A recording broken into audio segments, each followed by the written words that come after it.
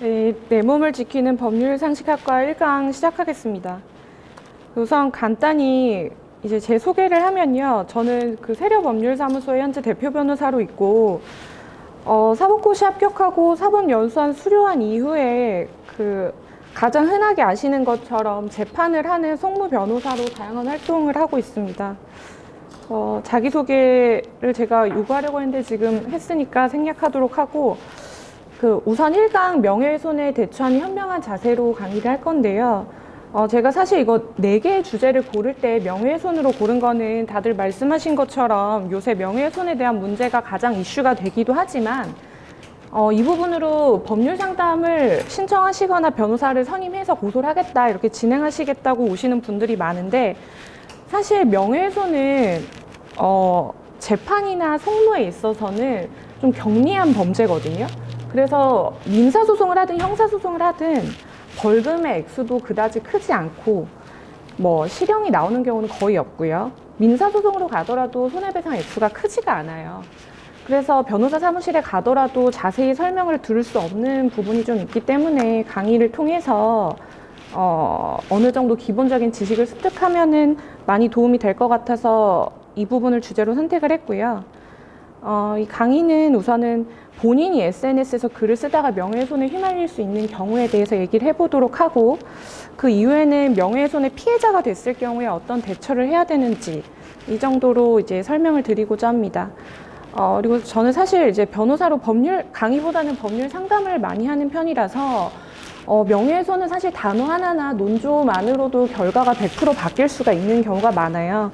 그렇기 때문에 사실 가장 제 강의를 하면서 이거는 기고 이건 아니다라고 말씀드릴 수 있는 부분은 사실 좀 어려워서 본인이 실제 겪었던 사례에 대해서 질문을 주시면은 좀 정확하게 답변을 해드릴 수 있을 것 같습니다. 우선은 그 법적으로 문제되는 명예훼손의 종류에 대해서 간단히 말씀을 드릴게요.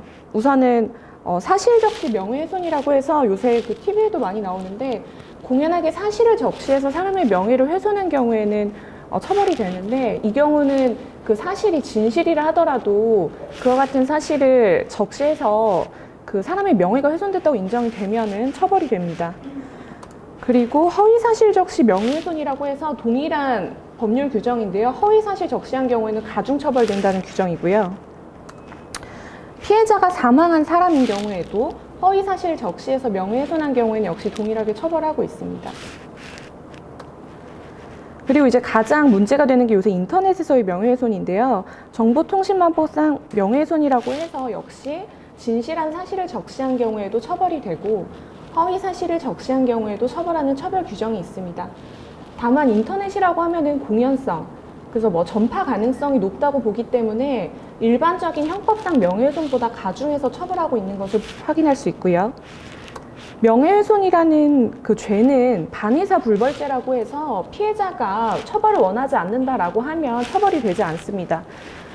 그래서 이제 합의가 가장 중요한 포인트고요. 인터넷에서 이제 연예인들 명예훼손 걸려서 고소를 하는 경우에 선처를 해주면은 그 악플러들이 처벌이 안 되는 경우가 이와 같은 이제 반의사 불벌죄이기 때문입니다.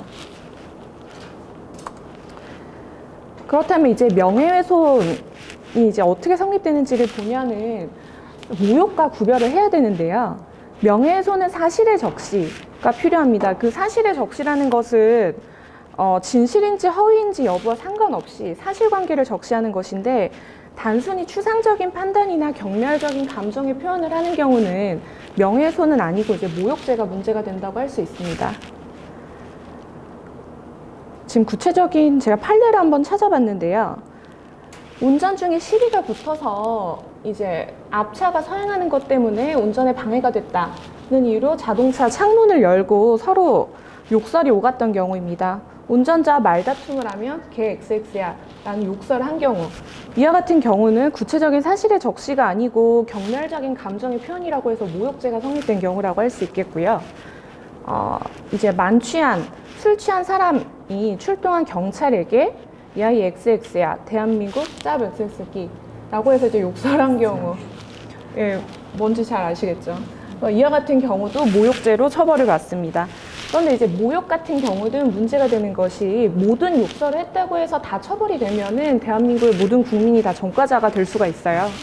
그래서 사회 상규에 반하지 않는 경우에는 처벌하지 않는다라는 규정이 있어서 이게 과연 사회 상규에 반하냐 아니면 뭐 이 정도는 우리 법감정상 넘어갈 수 있는 문제냐 이런 게 문제가 될 수 있는데 인터넷 카페에서 뇌가 없는 사람아 문해야 라고 이제 글을 쓴 것이 모욕죄가 되는지 여부가 문제가 된 경우가 있어요. 문해야 정도는 어떻게 생각하세요? 최유준 과장님. 저도 최근에 열받아서 문해는 아니죠. 네. 네, 저도 저게 저것도 욕설이 있나요? 그러니까 이제 이게 모욕죄에 해당하냐 안 하냐. 사실 이제 모욕죄를 제가 쉽게 설명을 해드리는 경우는 쌍쇼 들어가는 욕설 하는 경우는 다 모욕죄에 해당한다 이렇게 설명을 해드리는데 이 사건에서는 문해야도 모욕에 해당한다고 돼서 벌금 100만 원인가가 나왔어요. 그래서 이 정도도 이제 처벌이 된다라고 보시면 되겠고 좀 이렇게 재미있는 사건이 있었는데요. 여기 대머리하고 머리 벗겨진 놈이라는 이거 다 판매? 네, 다 팔려요. 사실 실제로 있었던 일이에요. 근데 이제 대머리 같은 경우는 리니지 게임을 하다가 화가 나서 그 채팅창에 야 이 대머리야 이렇게 쓴 거예요.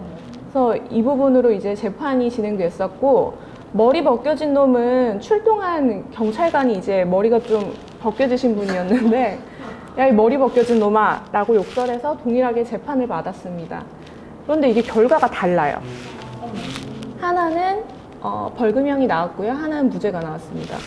어떤 게 벌금형이 나왔을 것 같으세요? 머리 벗겨진 놈?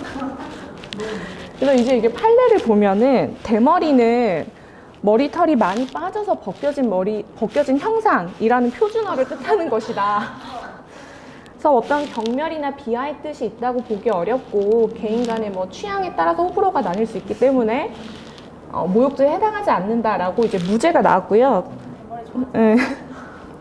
동일하게 머리 벗겨진 놈이라는 표현은 경멸적 표현을 담고 있다고 봐서 벌금 100만 원 선고됐던 사안입니다. 그래서 아까 제가 초반에 말씀드렸던 것처럼 모욕이나 명예훼손은 단어 선택이나 논조만으로도 결과가 바뀔 수가 있어서 사실 그 글을 작성하기 전에 이런 글을 올려도 되겠습니까? 라는 법률 상담을 좀 받는 경우가 있는데요. 정확하게 말씀드릴 수가 없는 경우가 많아요. 그리고 이제 밑에 것도 역시 판례인데 이제 아파트 동대표 사무실에서 주민들 간에 싸움이 있었던 거예요. 72살의 A씨와 49살의 B씨가 다툼을 벌이고 있었습니다. 그래서 이제 72살의 A씨가 화가 나서 너네 애미애비도 없냐 이 못된 년아 이렇게 얘기한 것이 또 모욕으로 재판이 이제 진행이 됐던 사건인데요. 이 부분은 어떻게 됐을 것 같으세요?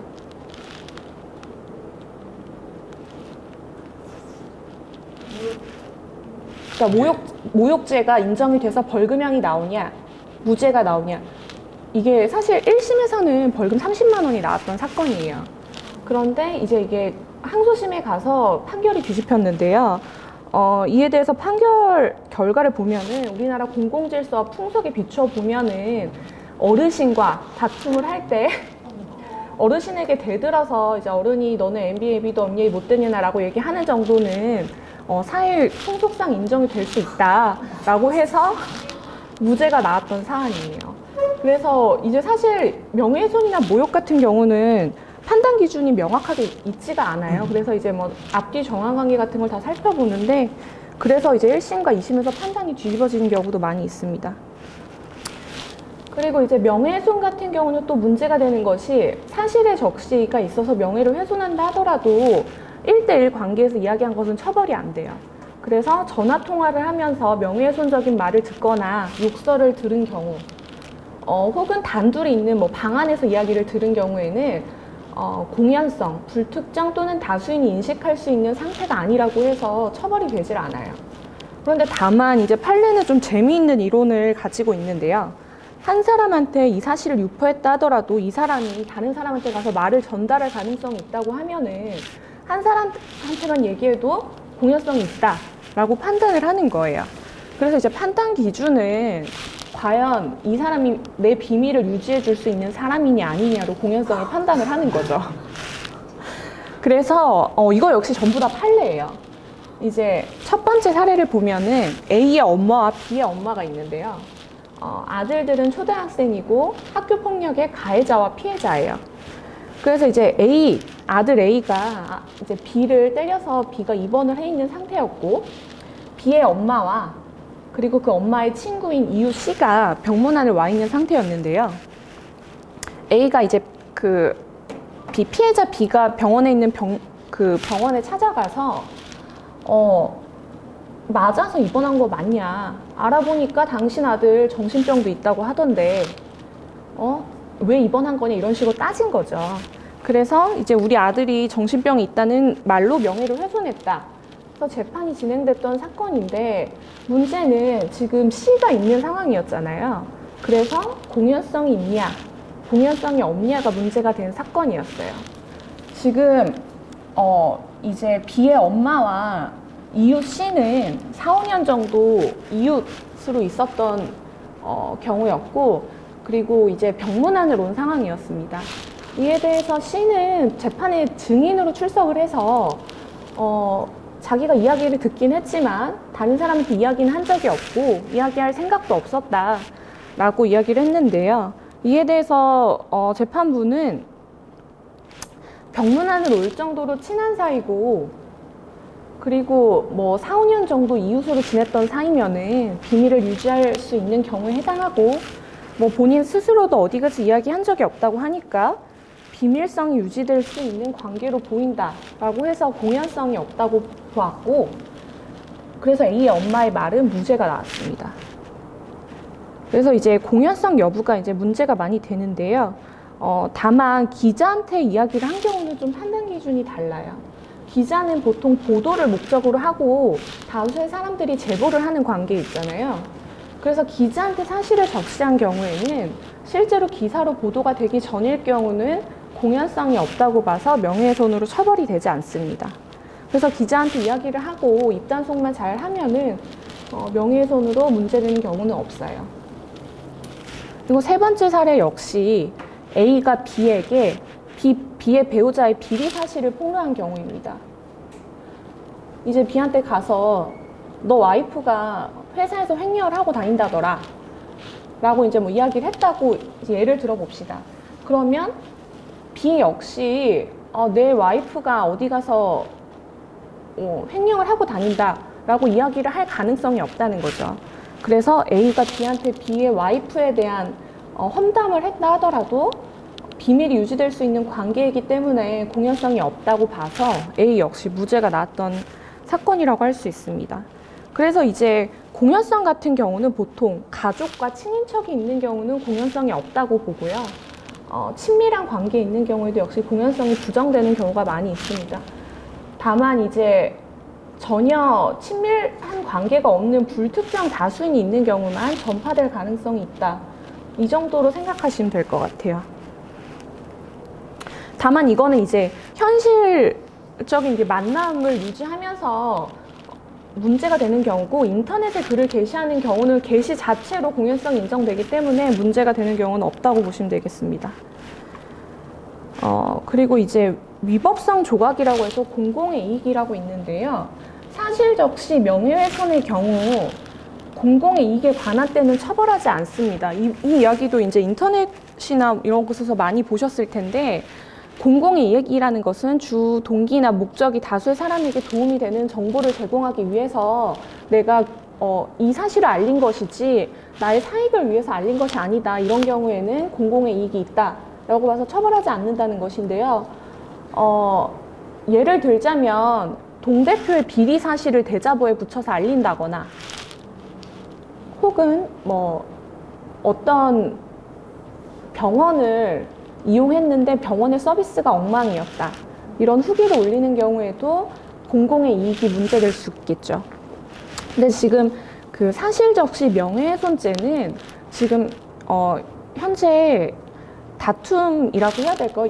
이 죄를 과연 유지해야 되냐, 이 부분에 대해서 사실 법조계 내부에서는 많은 이야기가 있어서 최근에 변호사협회에서 변호사들을 상대로 사실적시 명예훼손죄를 존치해야 되냐에 대한 설문조사를 한 적이 있어요. 이때 변호사 과반수 이상이 이 죄는 폐지가 돼야 된다라고 이야기를 했었고, 지금 제가 알기로도 국민의 법관정상 내가 병원을 이용하다가 불편함이 있어서 인터넷에 글을 올렸는데 왜 처벌이 돼야 되냐라는 법감정이 있는 것으로 알아요. 그래서 사실적시 명예훼손이 표현의 자유를 너무 억압한다, 이런 분위기가 좀 있는 편이고요. 이 때문인지 법원에서도 사실을 적시한 경우에는 공공의 이익을 좀 넓게 인정해서 무죄 판결을 많이 내리는 추세다, 이렇게 보시면 되겠습니다. 아까 그 위법성 조각 부분은 뒤에서 간단히 말씀을 드리고요. 우선은 당연히 이거는 뭐 처벌이 돼야 되는 거 아니냐라고 생각하시는 허위 사실 적시 명예훼손 부분을 간단히 설명을 드리자면, 당연히 공연하게 허위 사실을 적시해서 사람의 명예를 훼손한 자는 처벌이 되는데요. 최근에 있었던 이제 사안을 말씀을 드리면은, 헤어진 여자친구의 지인들을 단체 카톡방에 초대를 한 거예요. 이 사건에서는 이제 여자친구랑 헤어진 뒤에 여자친구의 휴대폰을 보니까 남자의 번호가 68개가 있었던 거예요. 그래서 그 68명을 모두 단체 카톡방에 초대를 했습니다. 그래서 거기서 이제 다들 조심해라. 땡땡땡이란 존재 때문에 엄청난 충격을 받았다. 저처럼 어장 관리 당하고 후회하지 말아라. 여기 남자친구라고 생각하는 사람 분명히 있을 거다, 이렇게 얘기를 하고 본인은 단체 카톡방에서 나갔던 사안입니다. 이에 대해서는 당연히 벌금 200만 원이 선고됐고요. 명백하게 허위사실 적시 명예훼손에 해당하는 경우라고 볼 수 있겠습니다. 그리고 연인 간의 어떤 감정 때문에 명예훼손을 하는 경우는 공공의 이익으로 인정된 경우 거의 없어요. 그리고 이제 다만 이 허위사실 적시 명예훼손이 문제가 되는 경우는, 나는 허위사실인지 모르고 진짜인 줄 알았다, 그리고 이거는 내서 그런 게 아니고 공익을 위해서 올린 것 뿐이다 라고 항변하는 경우가 있겠죠. 예를 들어서 뭐 동대표가 횡령을 했다라고 해서 그 대자보를 붙였는데 알고 보니까 동대표가 횡령한 적이 없는 거예요. 그러면 허위사실 적시 명예훼손이 되고, 허위사실 적시 명예훼손 같은 경우는 공공이익이 있다 하더라도 처벌이 되기 때문에 처벌될 수밖에 없는 상황이 될 수 있거든요. 그래서 이와 같은 경우에 판례는 진실인 것이라고 믿었고, 진실이라고 믿었던 것에 상당한 이유가 있다라고 하면, 그래 너가 진실로 믿었으면 진실이라고 한번 판단을 해볼게 라고 해서 그 공공이익을 위한 것이었고 진실이라고 믿을 만한 상당한 이유가 있었으면 역시 무죄 판결을 내리는 경우가 있습니다. 그런데 과연 허위사실인 줄 몰랐다, 진짜인 줄 알았다 라는 것에 대한 상당한 이유를 판단하는 경우는 본인이 공표한 사실의 내용과 그 내용이 얼마나 구체적이었는지, 믿을 만한 근거 자료, 소명 자료가 있는지, 그 내용, 출처, 인지 경위 등을 종합해서 판단하고요. 그뿐만 아니라 당사자 본인의 학력과 경력, 사회적인 지위, 경위, 시점, 파급 효과까지 모두 고려해서 판단을 합니다. 그렇기 때문에 이제 교육 수준이 높은 사람 같은 경우는 그 판단 기준이 좀 더 엄격해질 수밖에 없어요. 이제 최근에 가장 문제가 되고 있는 사실 적시 명예훼손입니다. 공연히 사실을 적시해서 사람의 명예를 훼손한 자가 아마 가장 문제가 되는 경우일 거예요. 이 부분에 대해서 법률 상담 가장 요청을 많이 받는데요. 인터넷 카페나 블로그에 불만족스러웠다는 내용의 후기를 작성하는 경우가 아마 최근에 가장 큰 이슈가 아닐까 합니다. 네이버 카페에 회원수 2만 명이 넘는 맘소울릭 땡땡땡이라는 카페가 있어요. 거기서 이제 요새 어머니들 무서우니까 산후조리원을 이용한 이후에 대응이 불친절했다고 글을 올린 거예요. 그 산후조리원은 특정이 가능했습니다. 그 이름까지 명시해서 올렸고 250만 원이 정당한 요구인지 모르겠다. 산후조리원에서 막장으로 소리 지르고 난리도 아니었다. 제가 겪은 사실 모두 후기에 올리겠다고 했더니 해볼 테면 해보라면서 저한테 손해배상을 청구하겠다고 했습니다. 대표이사가 고객을 돈으로 보는 것 같다. A 산후조리원은 정말 치떨리게 무서운 곳이다 라는 글을 게시했고, 산후조리원에서 명예훼손으로 고소를 당했습니다. 비슷한 사례로 미용실을 예약하고 취소를 하지 않고 가지 않은 거예요. 그랬더니 미용실에서 전화가 와서 막말과 반말을 하면서 나에게 협박을 했다. 이런 내용을 또 그 인터넷에 올렸는데 역시 동일하게 기소가 됐습니다. 이에 대해서 법원의 판단은 동일했는데요. 어떻게 되실 것 같으세요? 무죄라고 생각하세요? 왜 무죄가 나왔을 것 같으세요? 아까 그 사실적시 같은 경우에는 그 공공의 이게 어떻게 보면 이게 해석하기 나름인데 네. 이게 이렇게 알림으로써 이게 나쁜 곳이다라고 이렇게 하려는 걸 공공의 이익이라고 한다면 보통 무죄 처리하는 경향이 있다고 아까 하셔서 예, 예. 또 유죄라고 생각하세요? 아, 유죄가 나왔다고 들으셨어요? 사실 이게 사실적시 명예훼손 아까 말씀드렸던 것처럼 논조나 단어 선택이 중요한데요.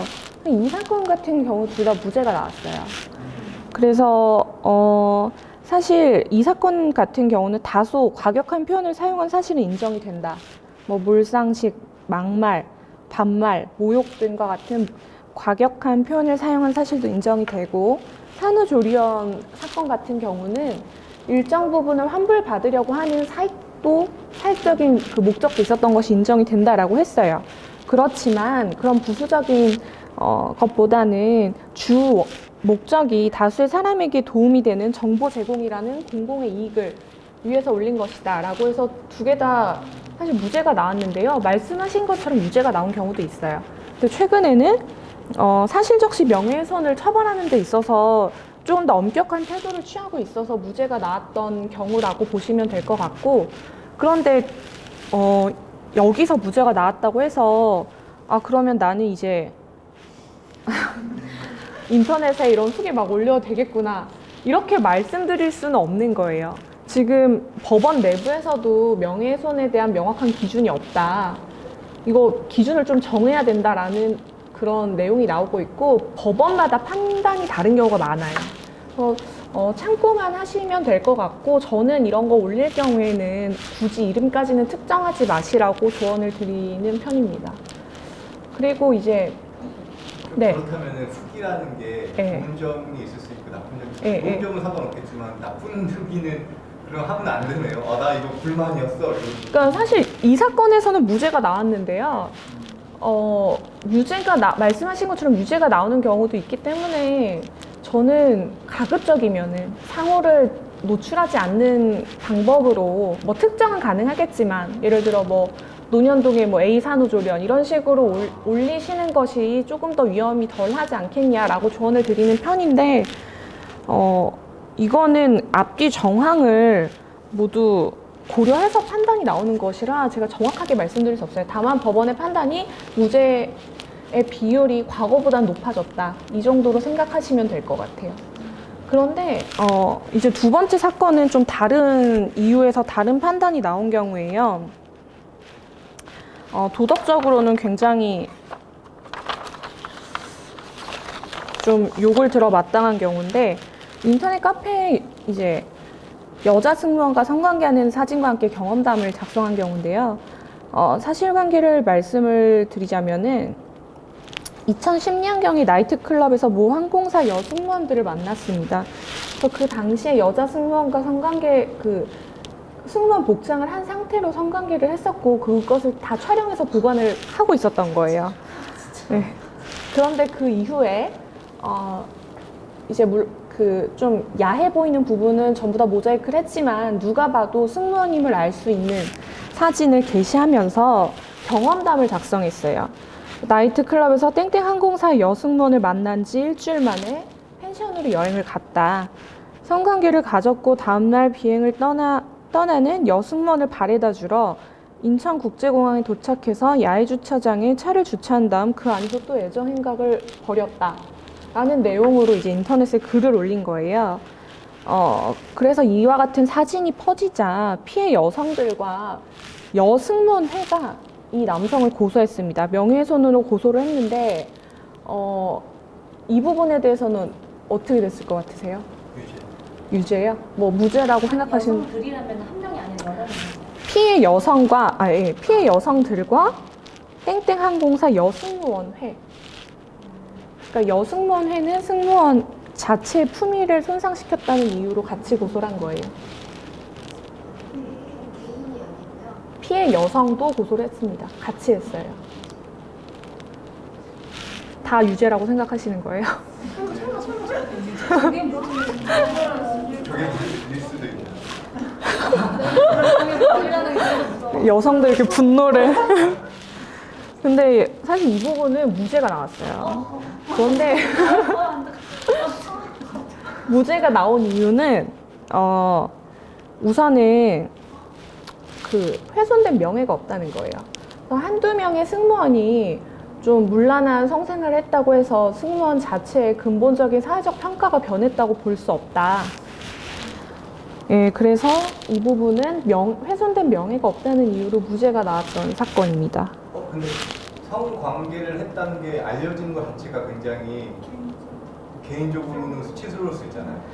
그러니까 이 부분도 역시 이제 사회 통념에 따라 판단을 하는데요.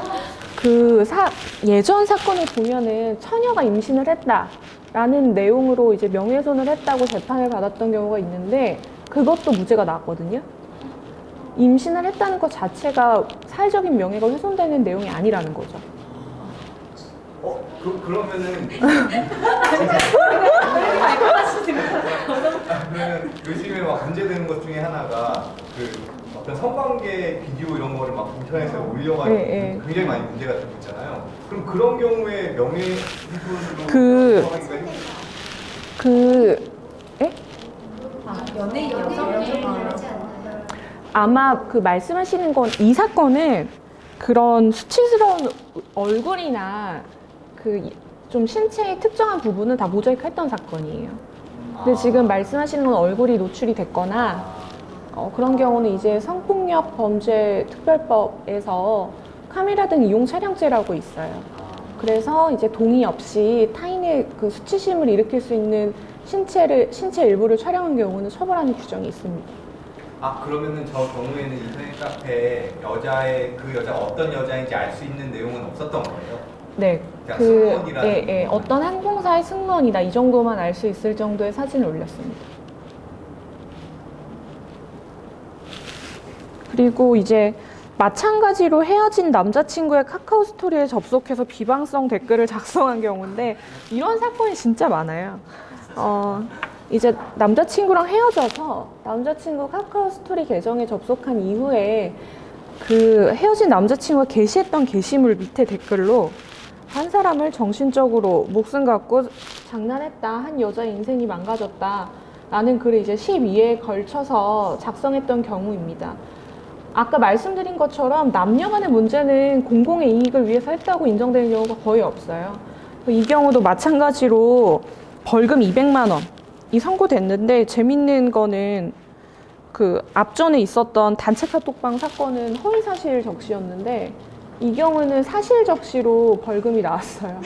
그래서 뭐 그 여성의 목숨을 갖고 장난했다 이 부분 자체는 좀 사실로 인정이 됐던 것 같고 두 개 다 벌금 200만 원이 나왔어요. 그래서 뭐 사실인지 허위인지는 별로 중요하지 않았던 것 같습니다.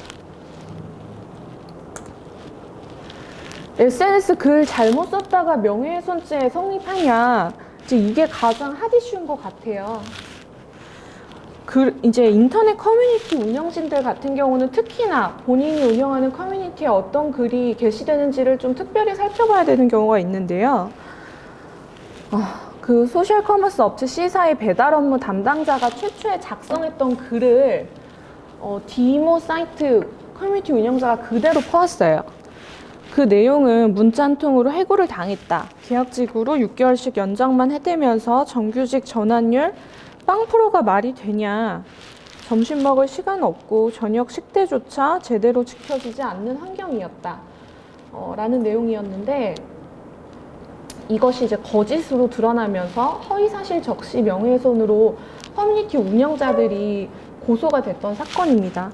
커뮤니티 운영자들은 당연히 허위사실인지 몰랐다라고 항변을 했고 두 번째로는 내가 글을 작성한 게 아니고 단지 퍼온 것뿐이다.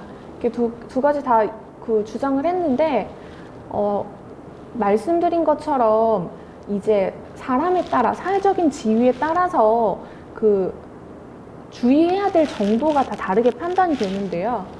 커뮤니티 운영자라면 당연히 이 사실 내용이 허위인지 진실인지 여부 정도는 확인을 하고 글을 퍼왔어야 된다라고 해서 커뮤니티 운영자들에게 각 벌금 200만 원, 300만 원씩 선고가 되었던 사안입니다.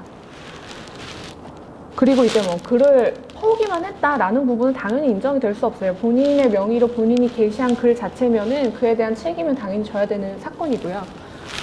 두 번째 판례는 사실 저희 나라 판례는 아니에요. 스위스 법원에서 나온 사건인데 그 문제가 되는 글귀에 페이스북에서 좋아요만 누른 거예요. 그런데 이 경우에도 이제 명예훼손으로 처벌이 됐던 사건입니다.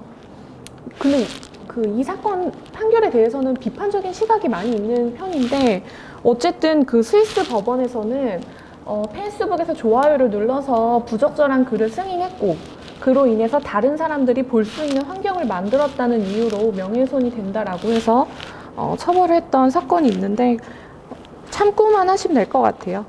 우리나라에서 그런 일 없는 거예요? 아직 판례는 없어요.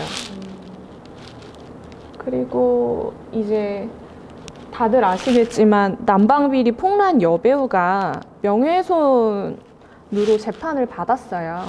그래서 사실 뭐 이 부분 결과까지는 많이 모르실 것 같긴 한데 그 난방비리를 폭로하면서 페이스북에 아파트 입주자 대표 관계자들로부터 집단 폭행을 당했다. 관계자들이 횡령을 일삼고 있다. 라는 이제 내용으로 페이스북에 글을 올렸는데 이게 허위 사실이었던 거죠. 그래서 재판을 받게 됐고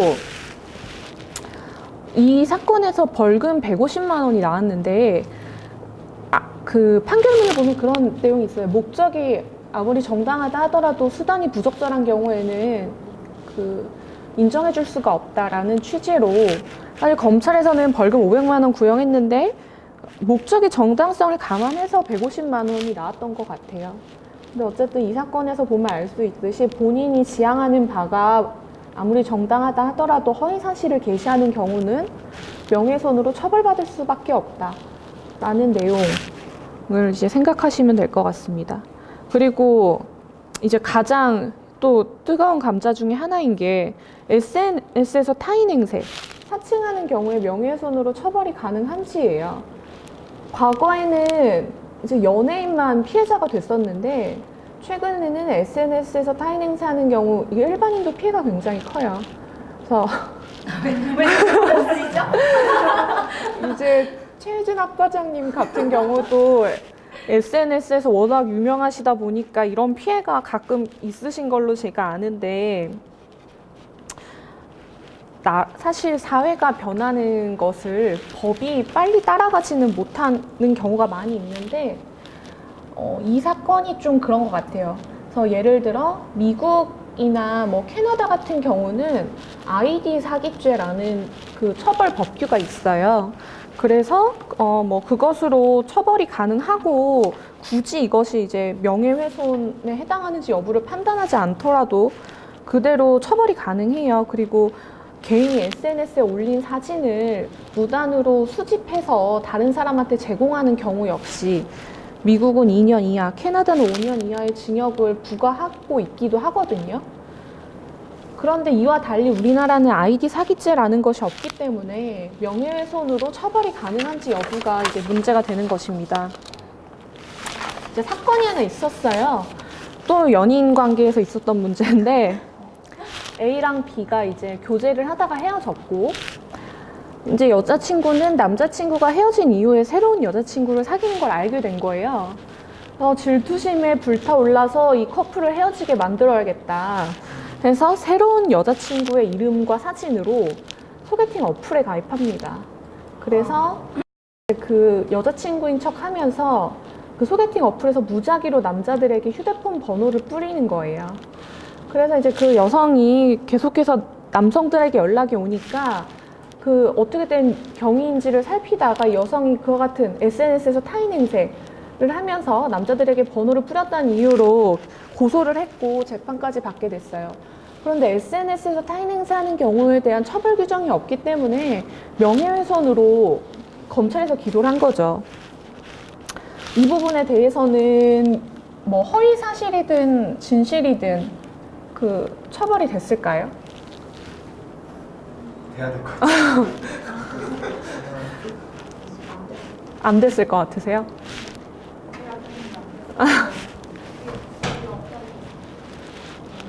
그렇죠. 직접적인 처벌 규정은 없어요.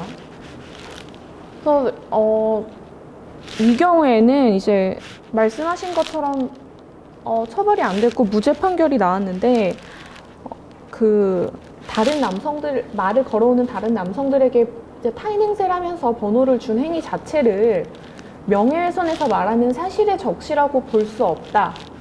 만약에 그와 같은 경우까지 처벌한다면 사실 법률 규정이 정확히 들어맞는 경우는 아니잖아요.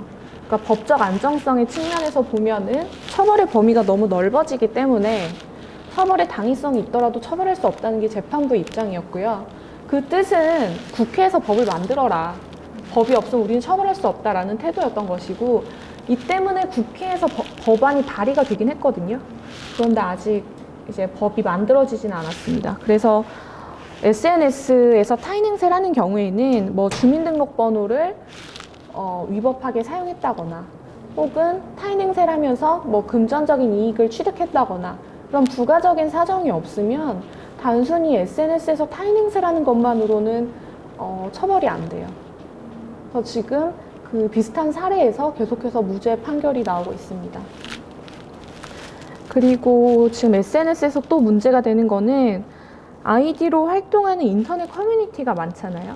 네이버 카페도 그렇고 웬만한 커뮤니티는 실명제가 지금 적용이 안 되기 때문에 두 가지가 문제가 돼요. 아이디로 활동하는 내가 명예훼손을 한 경우에 날 찾아낼 수 있을까?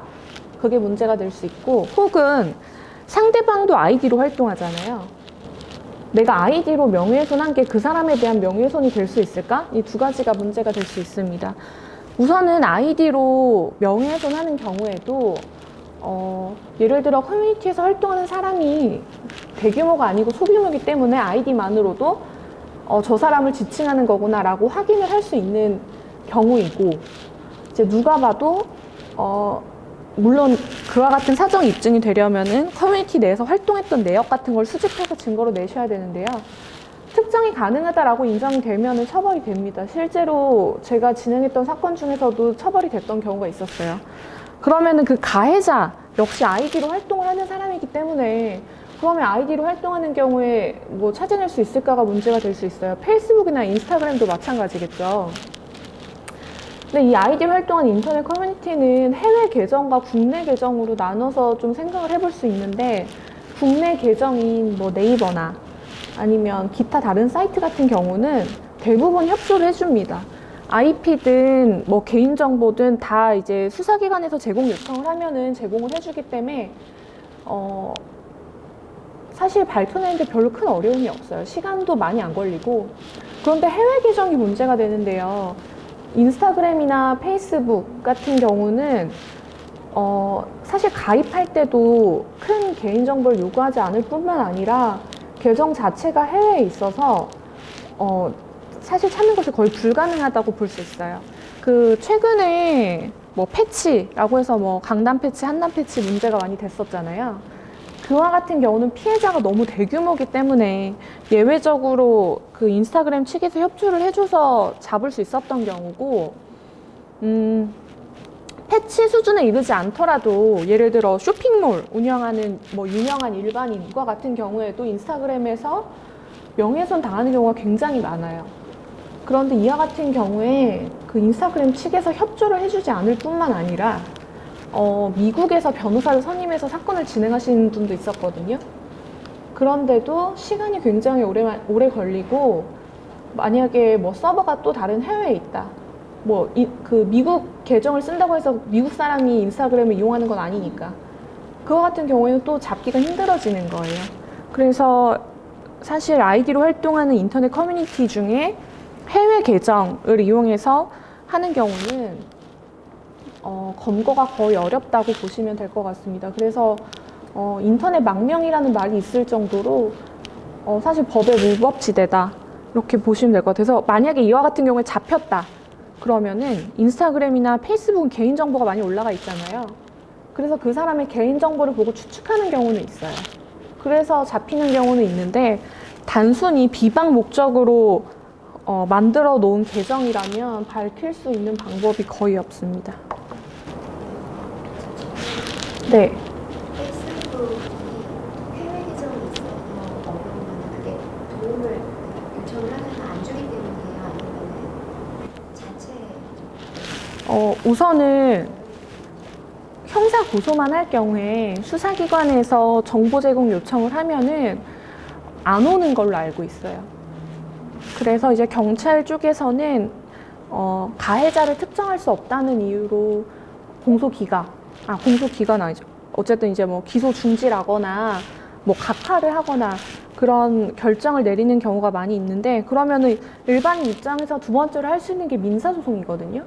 그 민사소송을 제기하면서 미국으로 사실조회 신청이라는 걸 보내요. 근데 그 보내는 것도 굉장히 번거로운데 신청서를 써서 법원에서 승인이 나오면 본인이 사비를 들여서 그 서류를 공증해서 미국으로 보내야 되거든요. 그러면 보내는데 한 2-3달 걸리고 이제 협조가 가능하면은 회신이 오는데 제가 그 하나 해본 적이 있어요. 그런데 그쪽에서도 가지고 있는 정보가 IP밖에 없는 거예요. 그래서 뭐 기타 다른 개인정보는 없었고 IP만 딸랑 왔는데 그 IP를 통해서 또 추적하는 게 힘들거든요. 시간도 오래 걸리고. 그래서 사실상 거의 진행이 되지 못했던 사건이 있습니다. 근데 경찰에서 요청을 해도 거의 협조를 안 해주는데 강남 패치 같은 경우는 워낙에 사건이 컸기 때문에 예외적으로 협조를 해준 유일한 사건이라고 알고 있어요.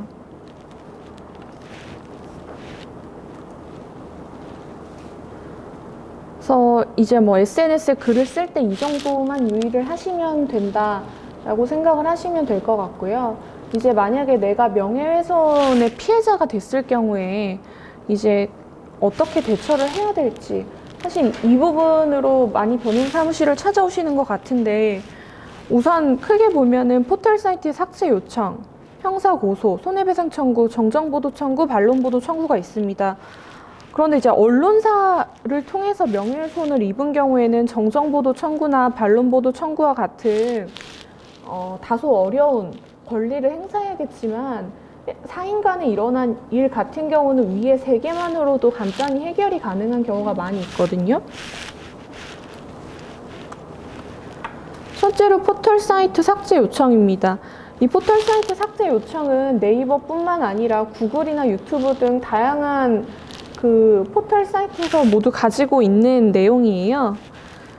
우선은 삭제 요청하기 전에 캡처 등을 해두는 방법으로 증거를 확보하시고 사실 뭐 손해배상 청구든 형사 고소든 사후적인 문제이기 때문에 그 피해를 최소화할 수는 없거든요. 당장 삭제를 시키는 것이 중요하기 때문에 먼저 게시중단 요청을 해라라고 말씀을 드리고요. 그 네이버 같은 경우에도 본인들이 이런 요청이 들어왔는데 삭제를 안 해주면 네이버 자체도 법적으로 문제가 될 수 있다는 걸 잘 알고 있어요.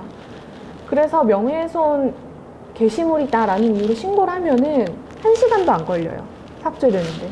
그래서 만약에 본인에 대한 권리 침해가 있는 그 게시물이 있으면 우선은 1차적으로는 보시자마자 삭제를 해야 된다.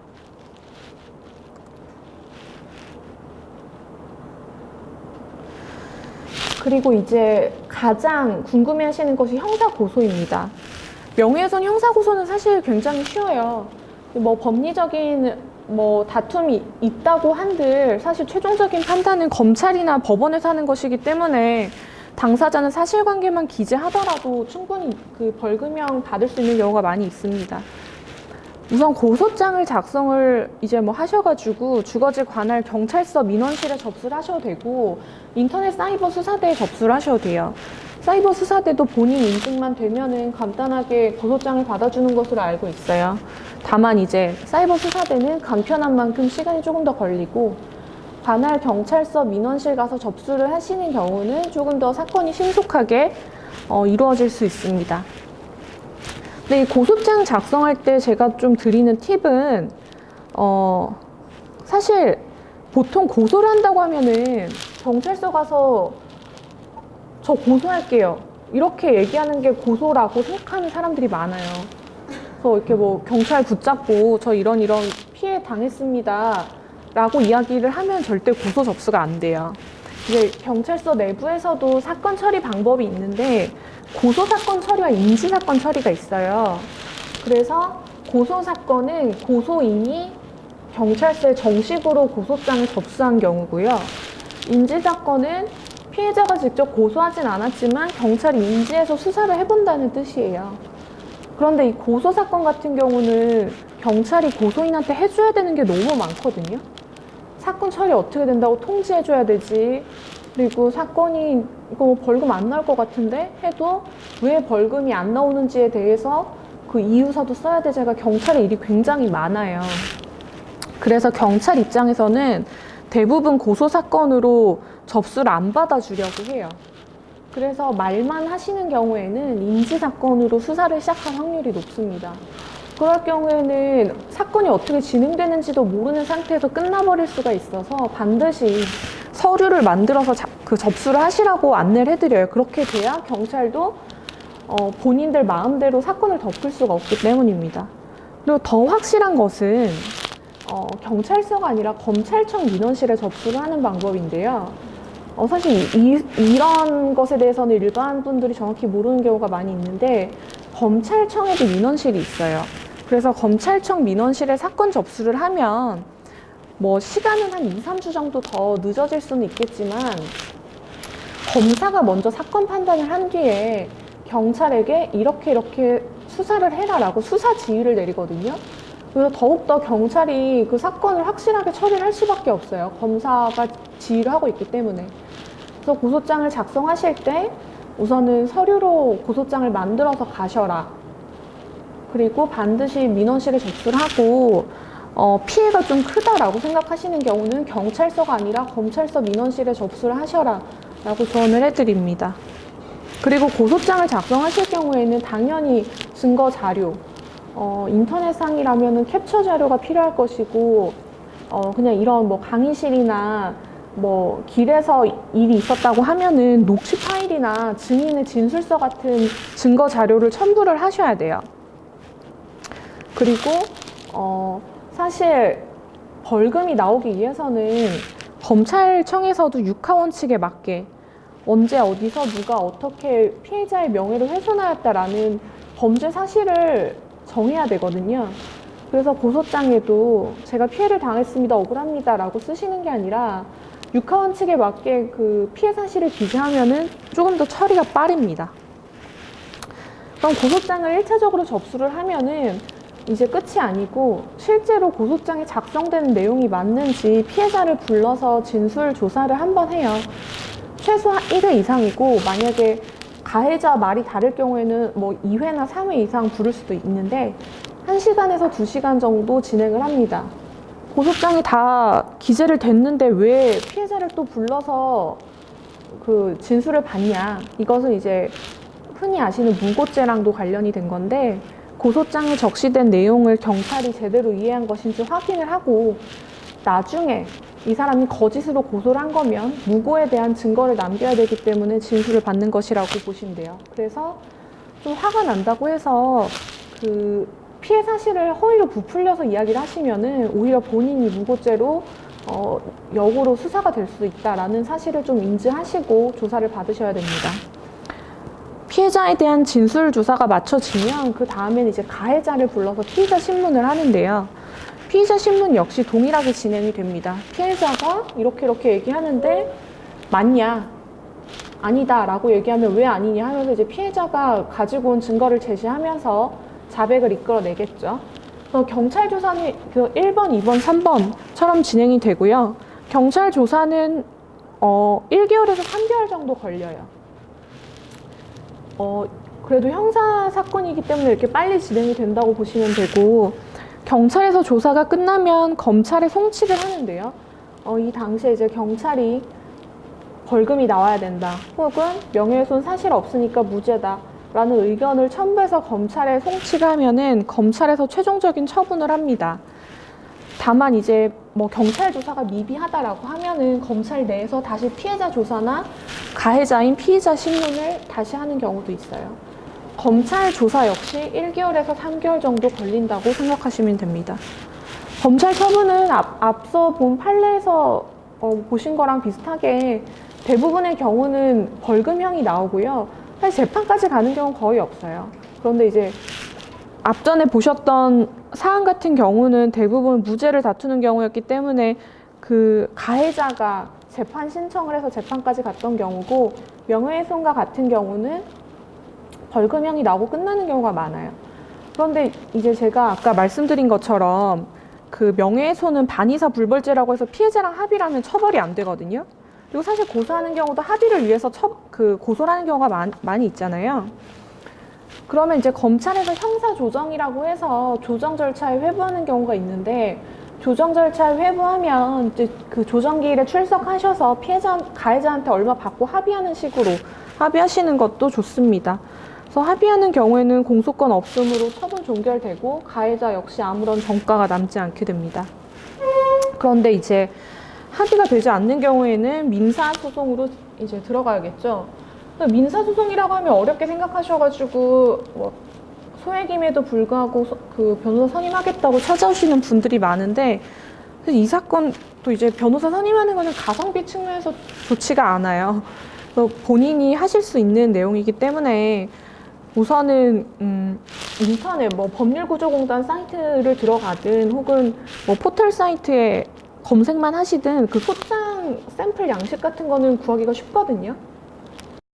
그러면은 손해배상 청구 소장에 원고와 피고 인적사항 작성하시고 얼마 청구한다고 해서 본인이 거주하시는 주거지 관할 법원, 예를 들어 뭐 강남에 거주하시면은 서울중앙지방법원에 접수를 하시면 됩니다. 그 명예훼손으로 인한 손해배상 청구 금액은 굉장히 소액이거든요. 몇백, 혹은 뭐 1,500, 많아봤자 그 정도? 이제 뭐 언론사를 통해서 피해를 입은 게 아니면 몇백 정도에서 끝나는 경우가 많아요.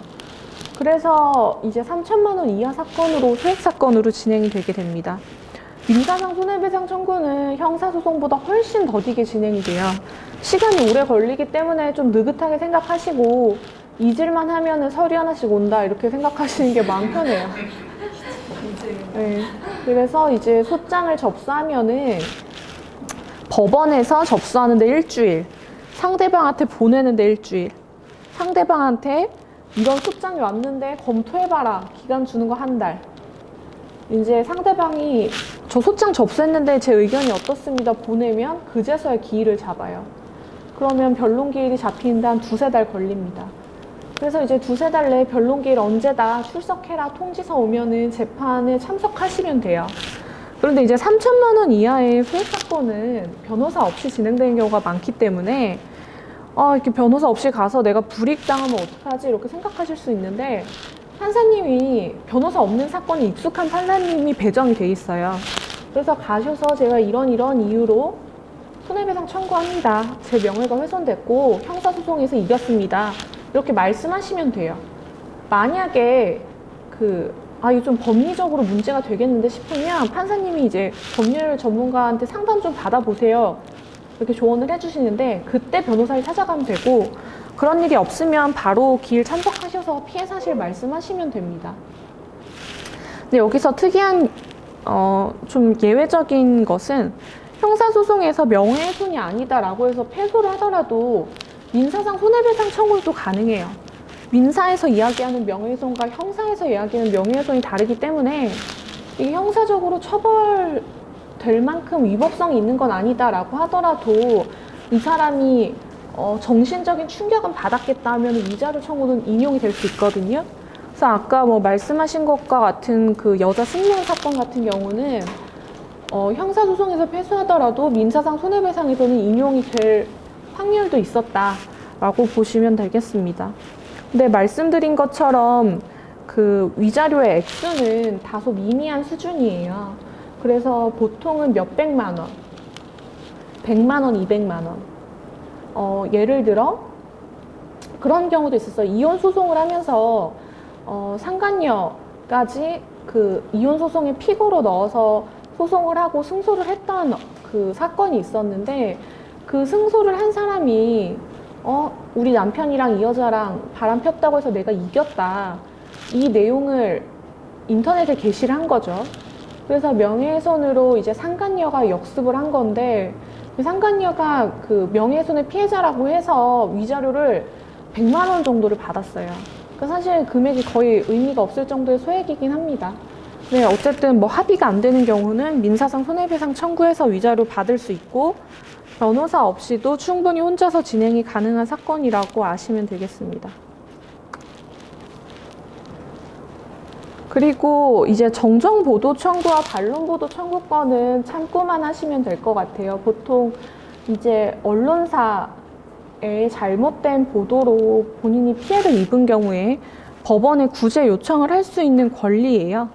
그래서 정정보도 청구권이라고 하면은 그 사실적 주장에 관한 언론 보도가 진실하지 않은 경우에는 그 정정 보도를 청구할 수 있다는 내용이고, 반론 보도 청구는 이 언론사가 보도한 내용이 진실인지 아닌지랑 상관없이 그 언론 보도 등으로 인해서 피해를 입은 자는 그 보도 내용에 대한 반론 보도를 청구할 수 있다는 내용입니다. 이것은 사실 뭐 사인 같은 경우는 별로 문제되는 경우는 없고, 최근에는 그 이병헌에 대해서 공갈 협박을 했다라고 해서 그 기소됐던 모델 사건이 이제 정정보도 청구와 반론보도 청구권이 문제가 됐었는데, 그 한 언론사에서 동명이인의 다른 모델의 사진을 그 방송에서 사용을 했습니다. 그래서 그 다른 여성이 그 피해를 입었다, 정정보도 청구를 해달라 그 요청을 했던 사건이 있었고, 그와 같은 경우에만 이와 같은 청구가 가능하고, 언론 보도로 인해서 피해를 입지 않은 사인 같은 경우는 특별히 뭐 문제되는 경우는 없습니다. 그래서 오늘 제가 사실 강의는 여기까지 준비했고요. 이제 그 제가 말씀드린 것처럼 명예훼손은 논조가 굉장히 중요하거든요. 그리고 객관적으로 어떤 것이 범죄다. 예를 들어 뭐 상해 사건 같은 경우는 때리면 범죄잖아요. 그리고 폭행 같은 경우도 어깨를 잡는 게 폭행이고 머리를 잡는 게 폭행이고, 이런 것에 대한 명확한 기준이 있는데, 명예훼손은 아직 그런 기준이 명확히 없어요. 그래서 만약에 좀 구체적으로 문제가 됐다라고 생각하셨던 것이 있으면 좀 자유롭게 질문을 해주시면 될 것 같은데, 우선은 강의를 들으시느라고 고생을 많이 하셨을 것 같으니까요. 한 5분에서 10분 정도 쉰 다음에 질문을 받아보도록 하겠습니다. 네. 그 공유를 하면서 나오는 말이 중요할 것 같아요. 이제 뭐 아까 말씀드린 것처럼 경멸적인 감정의 표현은 제가 또 말씀드리는 게, 뉘앙스가 비아냥거리는 뉘앙스여서 기분이 나쁘다는 거는 처벌이 안 돼요. 그래서 이제 어떤 이제 내용으로 이야기가 되는지가 중요할 것 같고, 제가 생각이 난 게, 한 번 제 의뢰인 분이 고소를 했던 사건 중에 성형수술해서 얼굴 다 뜯어 고쳐서 시집 잘 갔다, 그리고 아빠가 어떤 일을 한다고 부자인 척 했는데 부자가 아니더라, 이런 내용으로 이제 그 소문을 내고 다닌 거를 고소를 했는데, 그것도 이제 혐의 없음이 나온 거예요.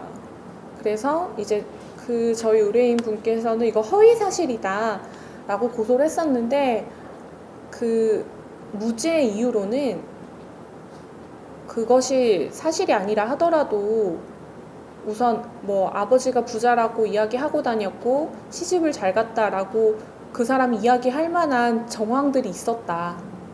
그리고 그와 같은 내용으로 이 사람의 명예가 훼손됐다고 할 수 없다고 해서 불기소 처분이 나왔던 경우가 있거든요. 그래서 단순히 이제 비키니 사진을 올리면서 비아냥거리고 조롱했다라는 것만으로는 좀 힘들 거예요. 이거는 아까 말씀하신 거랑 조금 상황이 다른 경우인 것 같은데, 어쨌든 직업과 관련된 내용이잖아요. 그 판례 중에 이 사람 사기꾼이네라고 이야기하는 경우는 명예훼손에 해당한다는 판례가 있어요.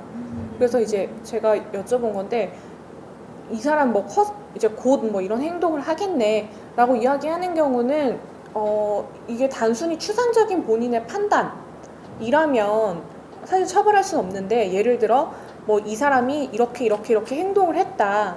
그래서 이 사람은 사기꾼 같다. 그래서 곧 그런 결과가 나올 거다라고 이야기한다면 이건 명예훼손이겠죠. 그런데 뭐 이것도 제가 아까 말씀드린 논주의 문제인데, 내가 봤을 때는 곧 사기 칠 것 같아. 이거는 사실 그냥 추상적인 판단이라서 처벌 대상이 된다고 볼 수는 없어요. 그런데 뭐 이 사람이 지금 뭐 여기 가서 이런 행동을 했고 어디 가서 이런 행동을 하는데 사기꾼이다.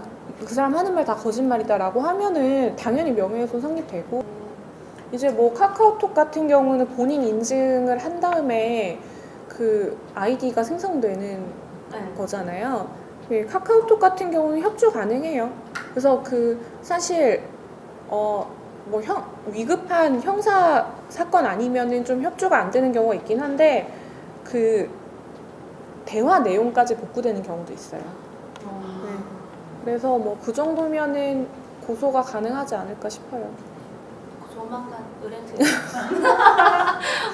뭐 멀지 않으시. 또 다른 분들은 명예훼손으로 문제됐던 경우 없으세요? 네. 그래서 이제 뭐 구체적인, 우선은 이게 추상적인 감정 표현이면 우선 명예훼손이 아니고, 구체적인 사실을 적시를 하더라도 사실 뭐 선거 기간에 유권자들이 알 권리가 있기 때문에 뭐 그걸로 명예훼손으로 처벌되는 경우는 없지 않을까 싶은데요. 다만 뭐 허위 사실이라고 하면 문제가 크게 되겠죠. 뭐 최근에도 그 비슷한 이슈가 있었고, 이게 이제 피해자가 개인이 아니고 집단인 경우에 이제 명예훼손이 되냐 문제가 또 있거든요, 법리적으로. 예를 들어서 아까 여자승무원회에 대해서 명예훼손이 안 된 이유 중에 하나도 여자승무원회라는 그 집단 자체가 집단으로 인정될 수 있을 정도의 실체가 있는지 모르겠다라는 이유도 그 무죄 이유 중에 하나였어요. 그래서 아무래도 그와 같은 경우에는 이제 뭐 지지층이라고 하면은 그게 어떤 집단이 아니고 그냥 다수의 사람들을 지칭하는 일인데, 그것을 과연 피해자로 묶어서 그 지지층이 명예훼손을 당했다라고 할 수 있을지가 좀 의문이에요. 가능하게 조르고 뭐 이 새끼라고 지칭했으면 모욕죄도 가능할 것 같고요. 네, 당연히 가능하죠. 근데 그 집단에 대한 명예훼손은 좀 더 다른 게, 뭐 지방자치단체에 대한 명예훼손 성립되지 않는다 이런 판례도 있거든요. 그래서 그 집단, 그러니까 명예훼손이 있더라도 피해자로 특정이 될 수 있는지 문제는 또 별개라서, 그 집단이 인정이 될 수 있는지는 좀 그건 좀 법리적인 문제예요. 그래서 이렇게 명백하게 피해자가 될 수 있는 집단이다 라고 되어 있는 경우가 아니면 사실 그 재판까지 가는데 좀 힘든 점이 있죠. 그러니까 그게 사실 경찰이 굉장히 엄격하게 봐요. 예를 들어 이거 제글 모자이크 한 거예요 라고 이야기를 해도 입증이 안 됐다고 보는 경우도 많거든요. 예를 들어 이게 비슷한 사건에서 커뮤니티에서 대나무 숲이라는 아이디로 활동하던 사람이 있는데, 그 사람을 비방하기 위해서 보통 아이디를 짧게 부르잖아요. 글 쓸 때 귀찮으니까. 그래서 거기 커뮤니티 회원들이 대나무 이렇게 부른 거예요. 그래서 이제 고소를 했는데, 대나무와 대나무 숲의 동일성을 입증해라. 그래서 지금 대나무란 아이디도 없고 대나무 숲만 있고 다른 사람들이 날 대나무를 부르다 이거를 다 캡처해서 보냈더니 벌금형이 나왔어요. 그래서 생각보다 힘들어요. 그 동일성을 그렇기 때문에 아마 이제 이게 저를 겨냥한 글이다라고 이야기를 하기 위해서는 뭐 이거 제글 모자이크 한 건데요, 이것만으로 부족할 수 있고, 차라리 뭐 주변 사람들한테 접근한다고 하니까 뭐 댓글로 좀 유도해서 누구 얘기하는 거냐고 네, 그런 식으로 해서 만약에 그 사람이 얘기를 하면은 좀 증거로 유리하게 채택은 되겠지만 지금 상황만으로도 힘들 수 있어요. 그러니까 우리가 당연히 되는 거 아니야? 이렇게 생각하는 것들에 대해서 경찰은 좀 이렇게 뭐 함부로 처벌할 수 없다. 그리고 증거가 확실해야 자백받기도 쉬우니까 왜냐면 아니라고 잡아떼면은 그 경찰 쪽에서 어떻게 할 수가 없거든요. 지인이 녹음해주면 확실하겠네요. 그쵸. 근데 녹음도 이제 대화자가 녹음하는 거는 적법하거든요. 그런데 강의실에 녹음기 설치하고 나가서 다른 사람들끼리 녹음하는 걸 몰래 엿들으면 그건 위법해서 증거 채택이 안 돼요. 그래서 좀 그 부분을 좀 유도를 하든 뭘 하든 해서 증거를 미리 확보해 놓지 않으면은 고소했다가 괜히 그쪽 기만 더 살려주는 격이 될 수 있죠. 명예훼손하고는 상관없는 사건인데 그 여자들은 동영상 유포에 대한 걱정을 많이 하잖아요. 그래서 이제 남자친구랑 연인 사이일 당시에 성관계 동영상을 찍었어요. 합의하에. 그러고 당연히 이제 삭제를 했을 거라고 생각하고 헤어졌단 말이에요. 남자친구가 계속 잡는데 그 이제 뭐 다시 너랑 사귈 생각 없다 해서 그냥 좀 남자친구 매달리는데 억지로 헤어진 거죠. 그랬더니 남자친구가 동영상 유포한 거예요. 그래서 그 자기가 유포하겠다는 말은 안 하고 나 혼자 안 죽는다고 이렇게 이제 문자를 보내고 이제 자기는 다른 남자랑 연애를 하고 있는데 구글에 자기 동영상이 뜨는 거예요. 그래서 보니까 그 남자가 찍었던 동영상인데 이제 남자 얼굴 안 나오고 자기만 나오는 거예요. 그리고 그 남자가 나 혼자 안 죽어라고 문자 보낸 거 있죠. 그리고 그 남자 아니면 그 동영상 갖고 있는 사람이 없잖아요. 당연히 이 남자가 유포했다고 누구라도 생각을 하겠죠. 그래서 이제 고소를 했고 수사가 시작됐는데 이 남자 한 적 없대요. 그리고 휴대폰 당연히 바꿨죠. 헤어진 지 오래됐으니까. 그리고 지금 휴대폰에 그 동영상 있냐? 없습니다. 뭐 당연히 안 나와요. 자기도 뭐 당연히 고소 들어갈 거 생각하고 다 지워놨을 거 아니에요. 네이버 클라우드 뭐 이런 거 다 검색했는데 아무것도 안 나오는 거예요. 그거 그냥 혐의 없음으로 끝났어요. 그래서 네, 본인의 동영상이 다닌다는 거를 지인들이 얘기해줘서. 그래서 이제 뭐 경찰에서는 당연히 누구나 심증이 가는 상황이니까 나 혼자 안 죽는다. 뭐 이 부분을 협박으로 기소를 했고 사실 뭐 그런 게 기소가 된 범죄 자체는 큰 범죄는 아니었거든요. 그런데도 구속이 됐어요. 그 구속이 된 이유는 추측한데 이제 누가 봐도 이 사람이 유포한 게 맞거든. 그치만 심증만으로 처벌할 수가 없는 거예요. 그래서 이게 직접적인 증거가 없는 이상 처벌하기가 힘들고 최대한 모르는 척 하면서 유도해서 증거를 확보해 두는 게 이제 만연의 사태에 대비하기에는 좀 편하겠죠. 그 IP 조사도 했는데 안 나왔어요. 그 뭐 정확히 사실 어떤 방법으로 올렸는지는 모르겠는데 그 IP 조사에서 안 나왔고 본인 휴대폰 컴퓨터 다 뒤졌는데 안 나왔고 자백 안 하고 하니까 혐의 없음 나온 거예요. 그 사건에서 동영상 속 남자 내가 맞고 내가 찍은 거 맞고 당시 우리 같이 모텔에 있었던 거 맞다고 다 인정했어요.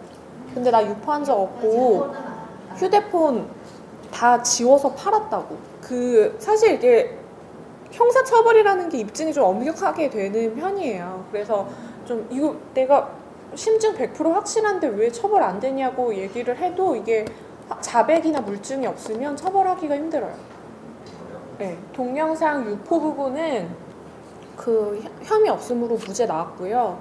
다만 이제 연인 사이일 때 촬영했던 동영상이나 사진 같은 게 이제 발견이 됐는데 여자가 나 이거 촬영된 거 몰랐다 이렇게 주장을 한 거죠. 그래서 그 부분, 촬영 부분으로만 그리고 나 혼자 안 죽는다고 했던 협박 부분 그런 부분만 기소가 된 거예요. 근데 사실 그 성범죄 중에서도 동영상 그 촬영 같은 거는 유포하지 않으면은 처벌이 그렇게 강하게 되는 범죄는 아닌데 그럼에도 불구하고 구속이 됐다는 거는 그만큼 좀 심증이 있어서 안 좋은 측면이 있었기 때문에 그랬던 것이다. 그래서 이제 인스타그램이나 페이스북으로 피해 당하는 경우는 더더욱 처벌이 좀 힘들겠죠. 그래서 네, 멘탈이 강해지. 차라리 오프라인에서의 그 제보를 녹음을 하세요. 나중에 증인으로 협조 안 해줄 수 있거든요. 그래서 그런 얘기 들을 때마다 녹음해두는 게 좋아요. 공소시효만 도가 안 되면은 언제든지 고소는 가능한데요. 이제 뭐 모든 범죄가 다 마찬가지고 이 사건도 한 3, 4년 전에 유포된 거예요. 공소시효는 모든 법이 같나요? 그게 이제 법에서 정해진 최고형, 최저형이 있잖아요. 그 아까 보여드렸던 것처럼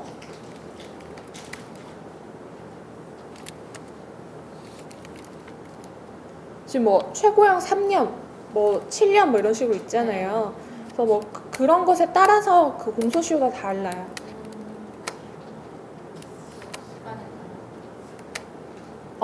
이거 2년 공소시효가 동일하게 2년은 아니고 예를 들어 뭐 살인죄 같은 경우는 공소시효 20년이다 이렇게 따로 법에 규정이 있거든요.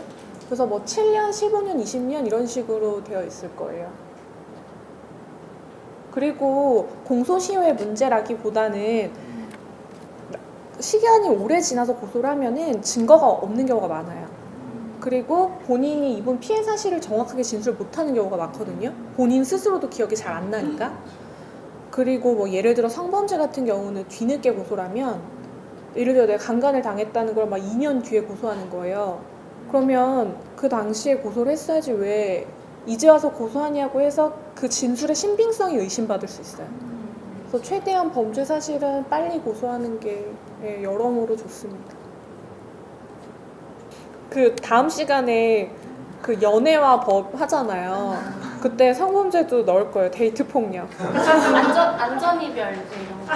그 이제 정권이 바뀌면서 젠더 폭력이라고 해가지고 그 데이트 폭력에 대한 처벌이 강화됐어요.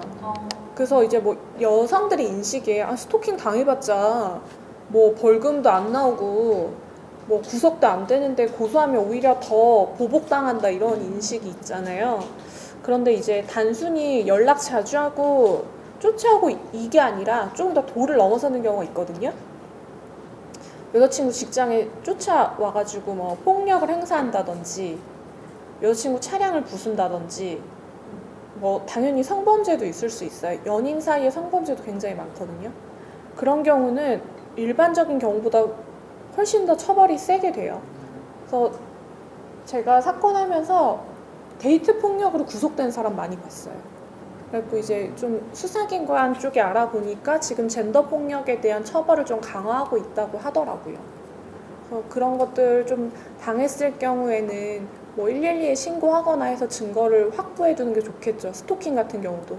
이게 스토킹도 이제 지속되면은 점점 더 심해지는 경향이 있으니까.